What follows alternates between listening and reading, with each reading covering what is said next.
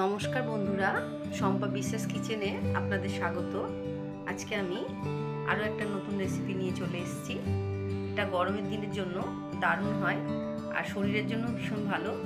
আজকে আমি ঝিঙে আলু তিল পোস্ত বানিয়ে আপনাদের দেখাবো। খুব সহজভাবে করব, অল্প কিছু উপকরণ দিয়ে। চলুন তাহলে কিভাবে করেছি দেখে নেওয়া যাক।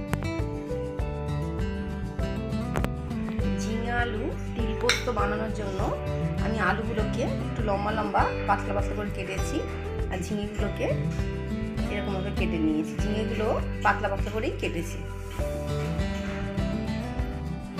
পোস্ত,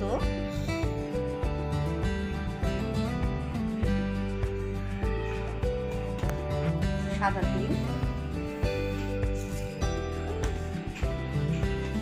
আর কয়েকটা কাঁচা লঙ্কা দিয়ে খুব ভালোভাবে বেটে নেব। রান্নাটা পুরোটাই কাঁচা লঙ্কা দিয়ে করব, তো কাঁচা লঙ্কার ঝালটা আপনারা বুঝে দেবেন। রান্নাটা করার জন্য আমি কড়াতে সর্ষের তেল দিয়ে দিচ্ছি। এই রান্নাটা কিন্তু সর্ষের তেলেই ভালো লাগে। তেলটা ভালো গরম হলে গ্যাসের আঁচটাকে কমিয়ে দেব, দিয়ে আলুগুলোকে দেব।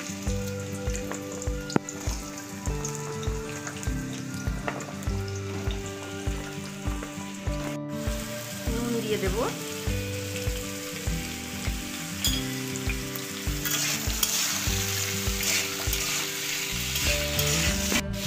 নাড়াচাড়া করে নিয়ে ঢেকে দেব।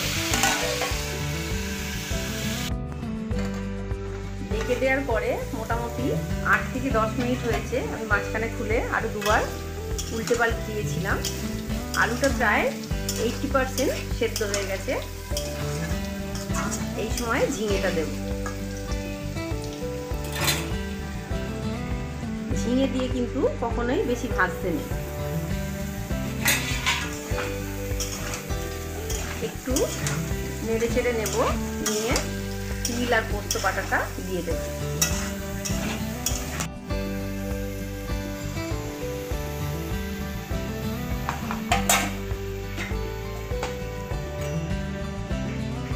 স্বাদ মতন নুন, আলুতে নুন দেওয়া ছিল, তো অবশ্যই নুনের স্বাদটা আপনারা বুঝে দেবেন।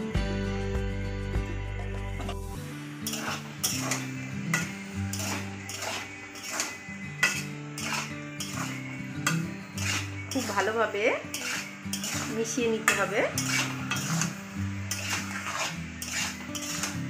গ্যাসের আঁচটাকে জোরে দিয়ে 1 মিনিট মতন রান্না করব, তারপরে জল দিয়ে দেব। যার যতটুকুনি গ্রেভি প্রয়োজন জলটা বুঝে দিতে হবে। ঝিঙে থেকে কিন্তু কিছুটা জল উঠবে।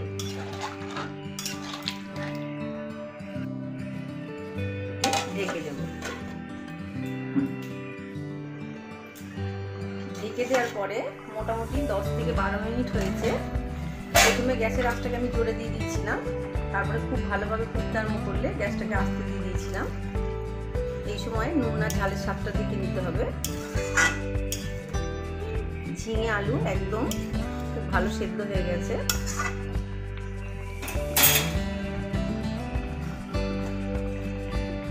নামানোর আগে আটা বা ময়দা যার বাড়িতে যেটা থাকবে সুবিধা মতন অল্প একটু দিয়ে দিলে কি হবে, ঝিঙের থেকে যে একটা জল জল ভাব থাকে তাহলে সেটা থাকবে না, দেখতেও ভালো হবে আর খাওয়ার সময়ও ভালো লাগবে। অল্প একটু দিয়ে দিতে হবে, দিয়ে খুব ভালোভাবে মিশিয়ে নেব।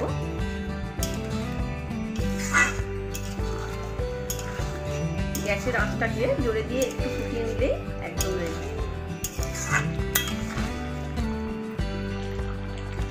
একদম রেডি। গ্যাসের আঁচটাকে অফ করে দিলাম। এই যে ঝিঙে আলু তিল পোস্তটা একদম রেডি। আমি প্লেটে সাজিয়ে নিয়ে চলে এসেছি আর ওপর থেকে একটু আমি সাদা তিল ছড়িয়ে দিয়েছি। দেখতে দারুণ লাগছে, খেতেও কিন্তু দারুণ হয়। আর অবশ্যই আপনারা বাড়িতে ট্রাই করবেন। ভালো